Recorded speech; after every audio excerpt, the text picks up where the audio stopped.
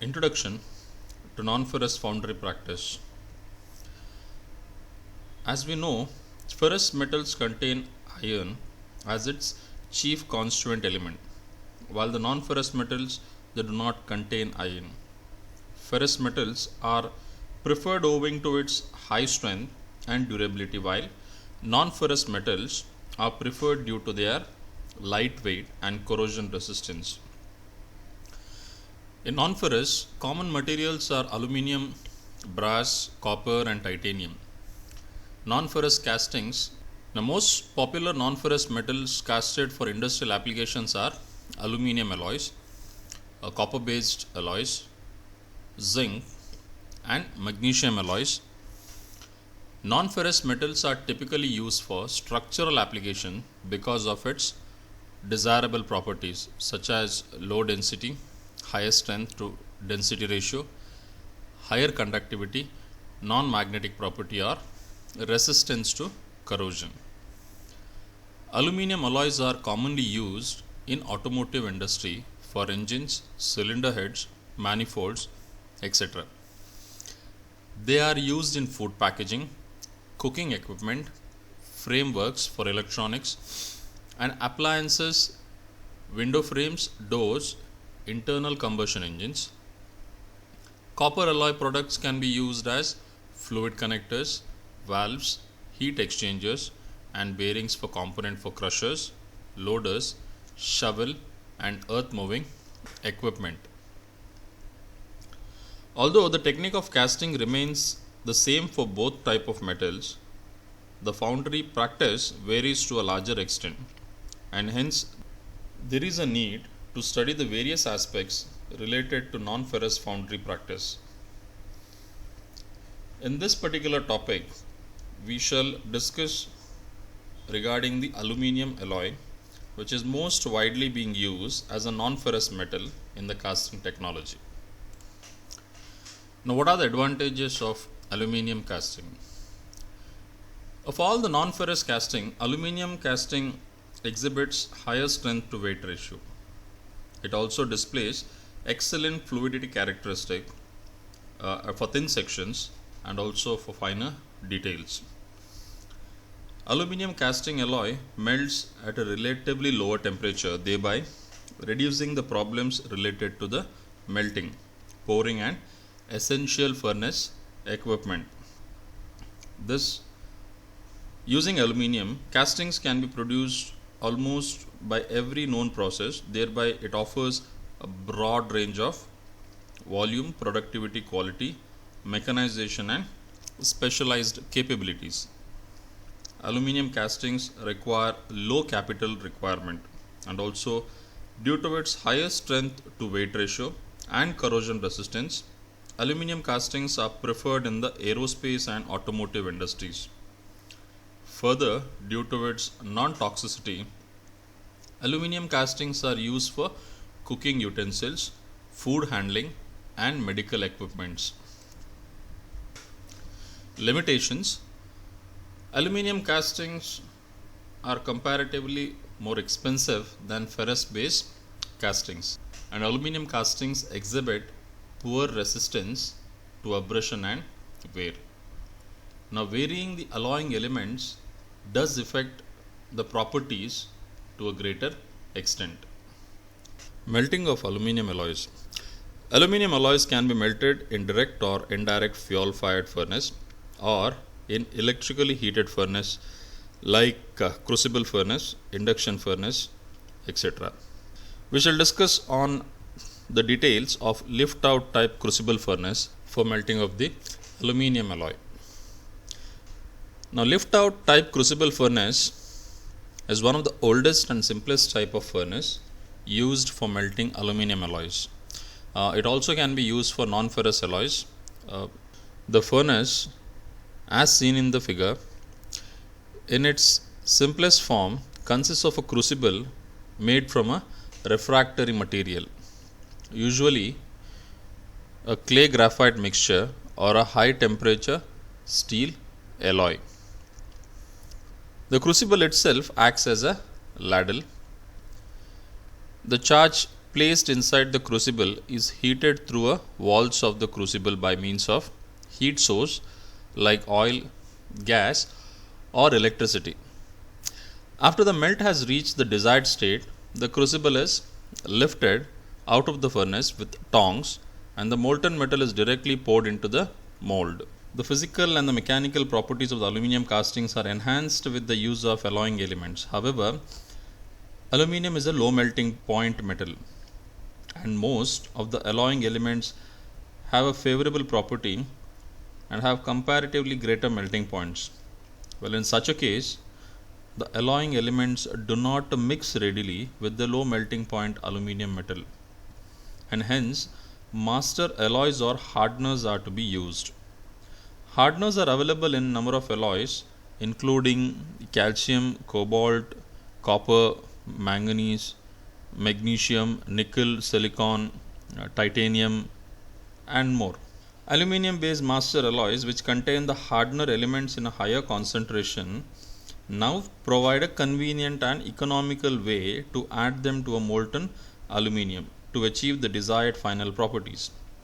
These master alloys readily go into solution at a lower liquid aluminium temperatures, and thus minimizing the dross formation and solubility of hydrogen. The amount of aluminium and hardeners used is calculated during the course of melting so as to bring the final aluminium casting to a desired specification. Drossing or dross is a mass of solid impurities floating on the surface of a low melting point metal such as aluminium, tin, lead, zinc, etc. as a result of oxidation of the molten metal. With reference to the aluminium casting, the term drossing is specifically used to denote the formation of aluminium oxide or other oxides which collect on the surface of the molten aluminium metal when coming in contact with the air. Dross can be minimized when melting is made faster or protecting the molten metal coming in contact with the products of the combustion or atmospheric air. However, even with its formation, the dross product need not be considered as a waste material. Instead, can be recycled either mechanically or chemically and reused. Oxide separation and removal. Now, the drossing fluxes are designed for chemical means, or call it as fluxing, to promote the separation of the aluminium oxide dross layer that forms on the surface of the melt from the molten metal. Either solid or chemically active gaseous fluxes contain chlorine, fluorine, chlorides, or fluorides and are used for the purpose. The drossing flux reacts with aluminium oxide in the dross layer by de-wetting of the oxide melt interface to provide effective separation of oxides and other included matter, thereby helping in recovering aluminium metal. In the mechanical process, the hot dross is placed in a press that squeezes and separates into aluminium metal rich particles and aluminium oxide rich particles based on its density. The metal rich particles are then melted in the furnace to remove the remaining oxide particles. Gas absorption in aluminium castings. Hydrogen is the only gas that is appreciably soluble in aluminium and its alloys.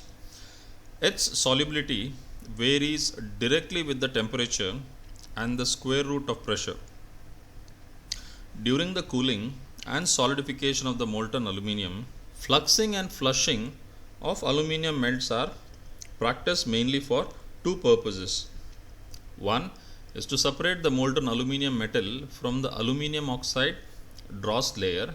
Second is to remove the dissolved hydrogen and the entrapped dross from the melt.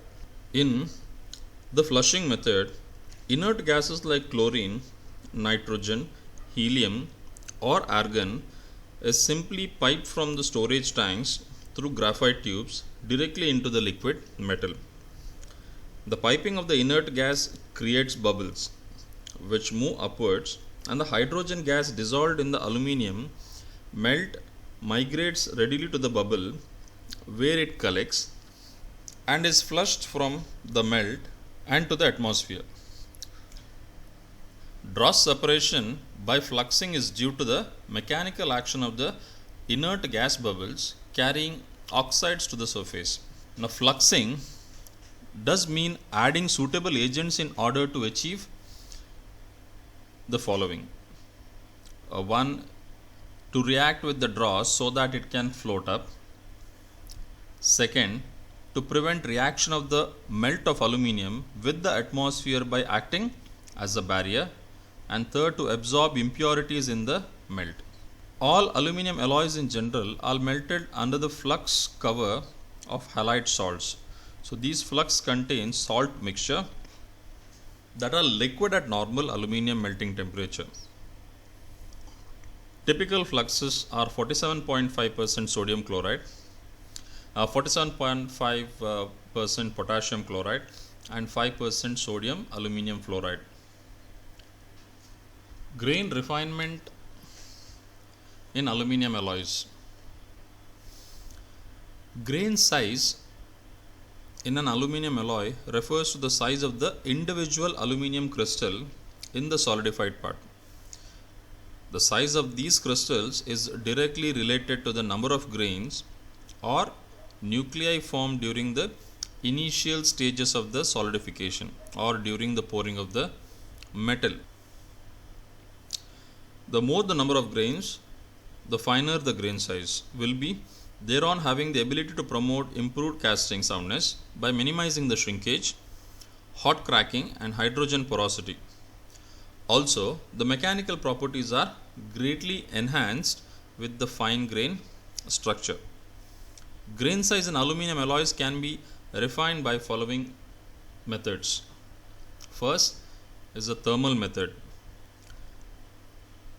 Thermal method involves rapid cooling of liquid metal and subsequently variation of the process variables. A fine equiaxed grain structure arises when casting is carried out in cold molds and under low superheating conditions. Second one is the chemical method.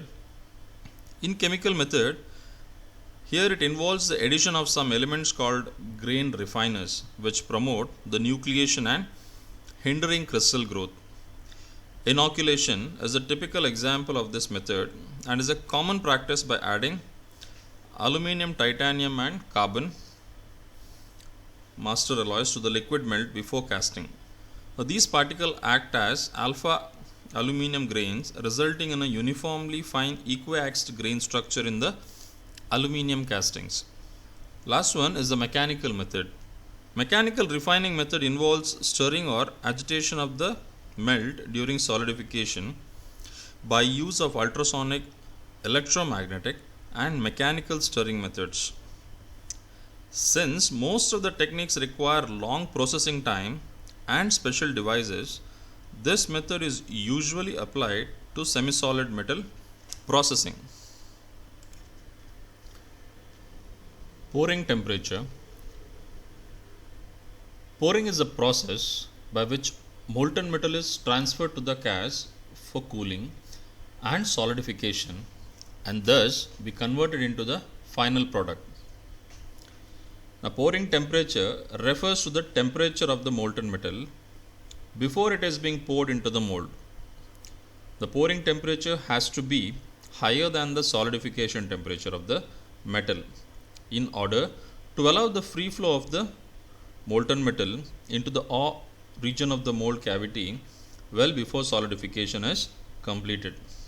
However, it must be noted that the temperature difference must not be too high, as the heat from the mold cavity has to be quickly removed in order to speed up the solidification process.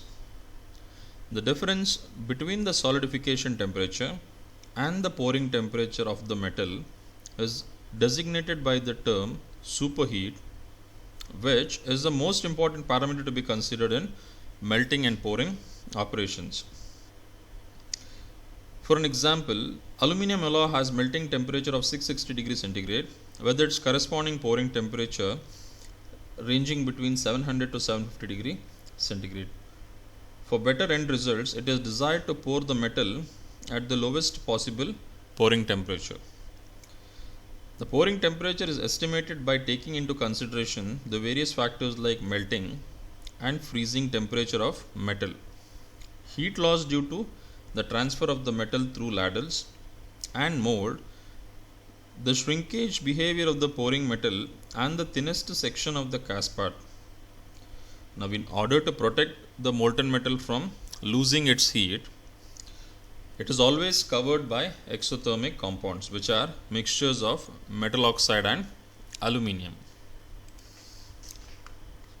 Stir casting is one of the advanced liquid cast metal technology in producing aluminium based metal matrix composites by employing stirring principle of the liquid metal. The concept and benefits of stirring or agitation of the molten metal, it goes back to the foundry age, where stirring of the liquid metal was accomplished by Lance gas injection into the liquid metal. Stirring action within the molten metal helps in easy mixing and melting of the alloys, as well as homogenizing of the temperature throughout the furnace. Although successful to quite an extent, the process suffered from limited effectiveness as well as increased dross formation. However, the concept gave way to new technologies, and today advanced subsurface stirring technologies like pneumatic jet stirring, electromagnetic approaches, and rotary devices have been employed for stirring purpose. Operation. A schematic representation of a stir casting process is shown in the figure. Now, this arrangement, it consists of a furnace inside which a graphite or cast iron crucible surrounded by a coil of copper wire is placed. The crucible holds the charge of metal to be melted. A powerful alternating current flows through the coil of the wire, creating a rapidly reversing magnetic field that penetrates the metal. The magnetic field induces eddy current and circular electric current inside the metal by electromagnetic induction. Thereby, it produces a stirring action within the molten metal. Meanwhile, the reinforcement or the alloying elements are added into the molten metal and then stirred continuously by means of this stirrer for a shorter duration time to create a vortex that forces the slightly lighter particles into the melt. Now, this molten metal is then transferred into a preheated ladle and then poured into the mold of the desired shape. Now, since aluminium reacts rapidly with the surrounding oxygen, an inert gas such as argon is used as a carrier gas to assist the injection of the alloying elements and pouring metal in a clean form. To be noted, the stir casting is a two-step mixing process. In the process, the aluminium matrix material is heated to above its liquid temperature so that the metal is totally melted. The melt is then cooled down to a temperature between the liquids and solidus point and kept in a semi-solid state. Now, at this stage, the preheated reinforcement or the alloying particles are added and mixed. The slurry is again heated to a fully liquid state and mixed thoroughly. So, this is a two-step mixing process and has been used in the fabrication of aluminium. The advantages of stir casting process is the stirring action within the molten metal helps in easy mixing and melting of the alloys, as well as the homogenizing of temperature throughout the furnace leads to a sound casting. Also, the stirring action helps in removal of the hydrogen gas. It eliminates the porosity, gives a better dimensional control and tolerances in the castings, and it produces a clean and sound castings. But disadvantages, the equipment is costlier.